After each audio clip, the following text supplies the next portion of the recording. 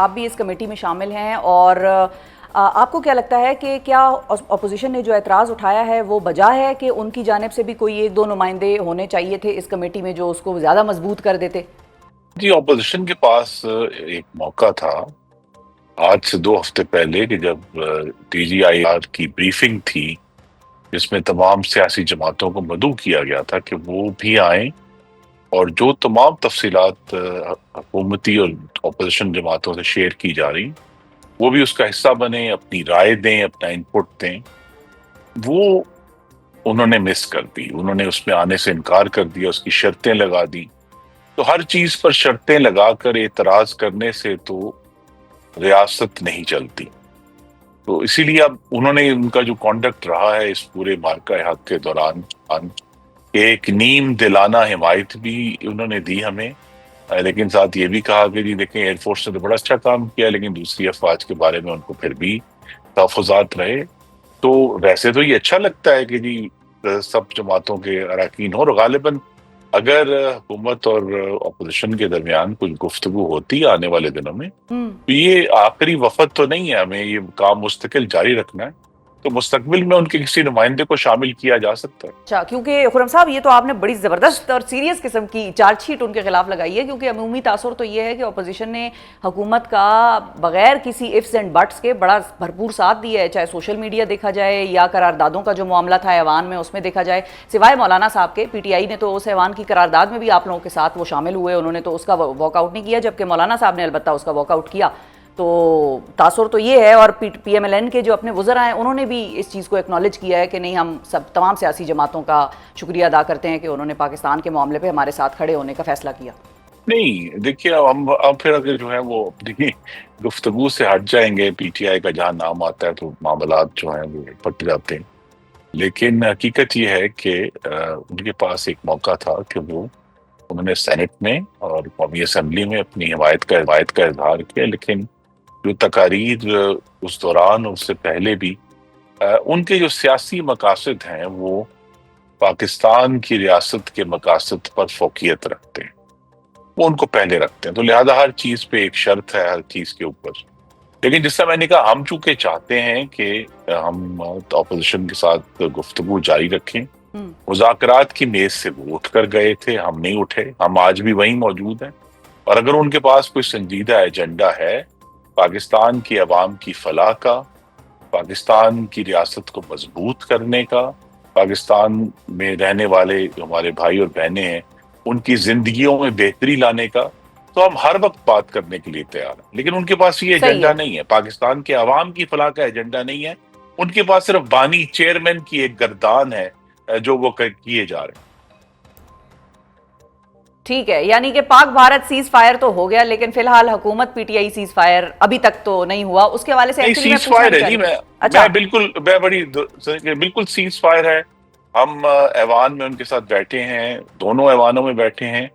اور جس طرح میں نے کہا جس وقت وہ اپنا کوئی سنجیدہ ایجنڈا مرتب کریں ہم ان کے ساتھ گفتگو کے لیے تیار ہیں. وہ ایکچولی اس لیے میں نے یہ بات کی کیونکہ آپ نے کہا کہ انہوں نے نیند دلانا سپورٹ دی ہے، اور ان کا بظاہر اس وقت کی شمولیت میں امکان بھی کوئی نظر نہیں آ رہا اس وقت تک. تو اس لیے میں نے یہ بات کی کہ شاید سیز فائر نہیں ہوا دونوں کے درمیان. نہیں، لیکن جو دوسرا سیز فائر ہے وہ بھی نہیں ہوا. اگر آپ نے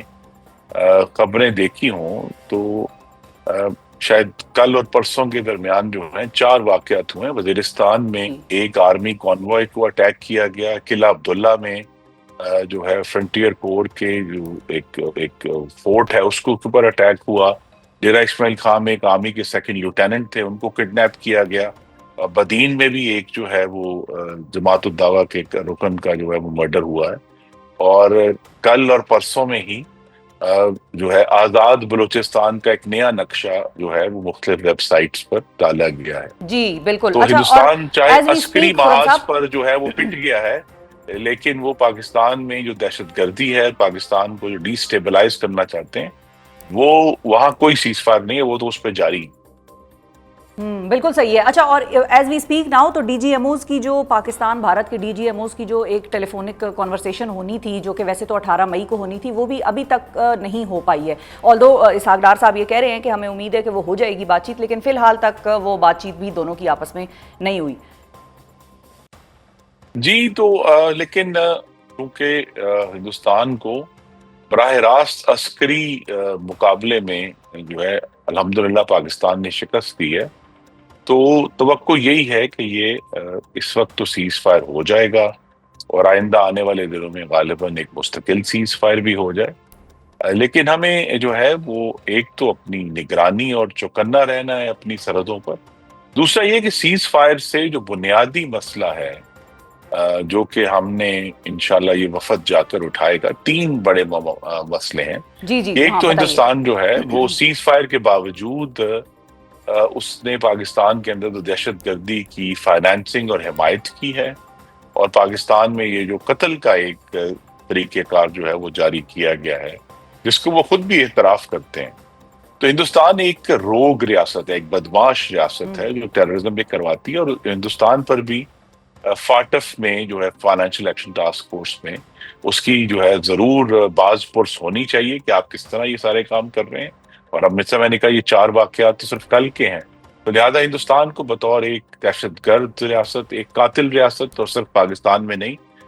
امریکہ میں اور کینیڈا میں بھی واضح شواہد ہیں ان کے اوپر کورٹ کیسز چل رہے ہیں، تو لہٰذا وہاں ایک تو یہ ایجنڈا ہے۔ دوسرا ایجنڈا یہ کہ جو پانی کی جارحیت ہے اور جس کا سیز فائر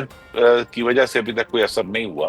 کہ ہندوستان نے کہا ہے کہ ہم نے انڈس واٹرز ٹریٹی کو ان ابینس رکھا ہوا ہے، تو یہ دنیا کو باور کرانا ہے کہ یہ جو آبی جارحیت ہے، یہ آبی دہشت گردی ہے، یہ ناقابل قبول ہے، اور پاکستان کے لیے ایک ریڈ لائن ہے کہ اگر کبھی بھی انہوں نے پاکستان کا پانی روکنے کی کوشش کی تو پاکستان جو ہے اس کے اوپر ایک حرکت میں آئے گا۔ ایک تو پانی کا بہت سنجیدہ معاملہ ہے، وہ اٹھایا جائے گا۔ تیسرا جو ایشو ہے جی وہ یہ ہے کہ ہندوستان نے جو ابھی مارکہ حق کے دوران ایک نیوکلیئر پاور ہوتے ہوئے بہت غیر ذمہ داری کا مظاہرہ کیا ہے، بیلسٹک میزائل کا استعمال کر کے، جس کے تحت نورخاں ایئر بیس اور دوسرے ایئر بیسز کو ہٹ کیا۔ ان کی جو یہ غیر ذمہ داری ہے، جو یعنی اسینچلی اس مارکہ حق کو بالکل ایک جوہری مقابلے کی سمجھے سرحد پر لے گئی تھی، یہ بھی دنیا کے سامنے ظاہر کرنا ہے۔ پھر دنیا فائنل جو پوائنٹ یہ ہے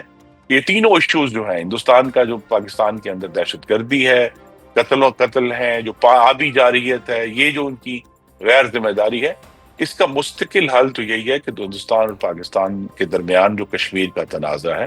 وہ حل ہو، اس کے اوپر گفتگو ہو، اور ہم کسی مستقل اور ایک دیر پا امن کی طرف جا سکیں، جس میں ہندتوا کے ہوتے ہوئے تو تعصب کے ہوتے ہوئے تو ابھی بہت اس میں پیش رفت ہونا باقی۔ صحیح ہے۔ اچھا اب خرم صاحب، آپ نے تینوں بڑے اہم مدعے جو ہیں وہ بیان کیے ہیں، اور اب ہمارے وہ وفد تو جا ہی رہا ہے دنیا بھر میں یہ ساری بات کرنے کے لیے، لیکن ساتھ ہی ساتھ بھارت بھی اپنے 9 وفود، اگر ابھی تک جو نمبر وہاں سے آ رہا ہے سامنے، وہ 9 وفود بھیج رہا ہے۔ اب دنیا کے پہلے ہی بڑے مسائل ہیں ویسے تو، اور جو امریکہ کا رویہ تھا اس ساری جنگ میں وہ یہ تھا کہ پہلے تو انہوں نے انٹرونشن کرنے سے ہی وہ باز رہے، بعد میں ان کو کرنی پڑ گئی۔ انہوں نے کہا بھائی انٹیلیجنس ہمارے پاس ایسی تھی کہ یہ تو خطے میں ایک نیوکلیئر قسم کا معاملہ چھڑ جانا تھا، تو ہم نے تو سب کو بچایا ہے، اور ٹریڈ کی دھمکیاں دے کے یا ٹریڈ کا لالچ دے کے ہم نے دونوں ممالک کو راضی کی ہے۔ اب اس سارے ماحول میں ہمارا وفد اچیو کیا کرے گا وہاں جا کر؟ مثال کے طور پہ مدعے تو یہ بیان ہو گئے، لیکن دنیا ہمیں کیا دے سکتی ہے؟ کیونکہ سائملٹینیسلی وہ بھارتیوں کی بھی بات سن رہے ہوں گے۔ جی دنیا سب سے پہلے ہمیں، اگر ہم آؤٹ کمز دیکھ رہے ہیں تو ہمیں کوشش پوری انشاءاللہ کریں گے کہ فائنینشیل ایکشن ٹاسک فورس میں ہندوستان کے خلاف ایک پورا کیس ڈیولپ ہو۔ ہندوستان کی جو قتل کی کیمپین ہے، جس پہ ہمیں اب زیادہ بتانے کی ضرورت تھی کیونکہ امریکہ اور کینیڈا میں آلریڈی اس پر عدالتوں میں کیسز چل رہے ہیں، تو یہ بتانا ہے کہ یہ ایک نوجوری طاقت ہوتے ہوئے اس طرح کی جو کیمپین ایک ریاست کرتی ہے، تو یہ دنیا کو بھی اس کے اوپر پھر جو ہے وہ جو ٹیررزم کے اوپر سینکشنز لگتی ہیں وہ لگانی پڑیں گی۔ اور دوسرا بالکل صحیح پانی کا معاملہ جو ہے وہ ایک بہت بڑا چیلنج ہے، اور پانی کے لیے تو صرف ہمیں ورلڈ بینک میں نہیں جانا جہاں انڈس واٹرز ٹریٹی کو فیسیلیٹیٹ کیا گیا تھا، بلکہ پوری دنیا کی جو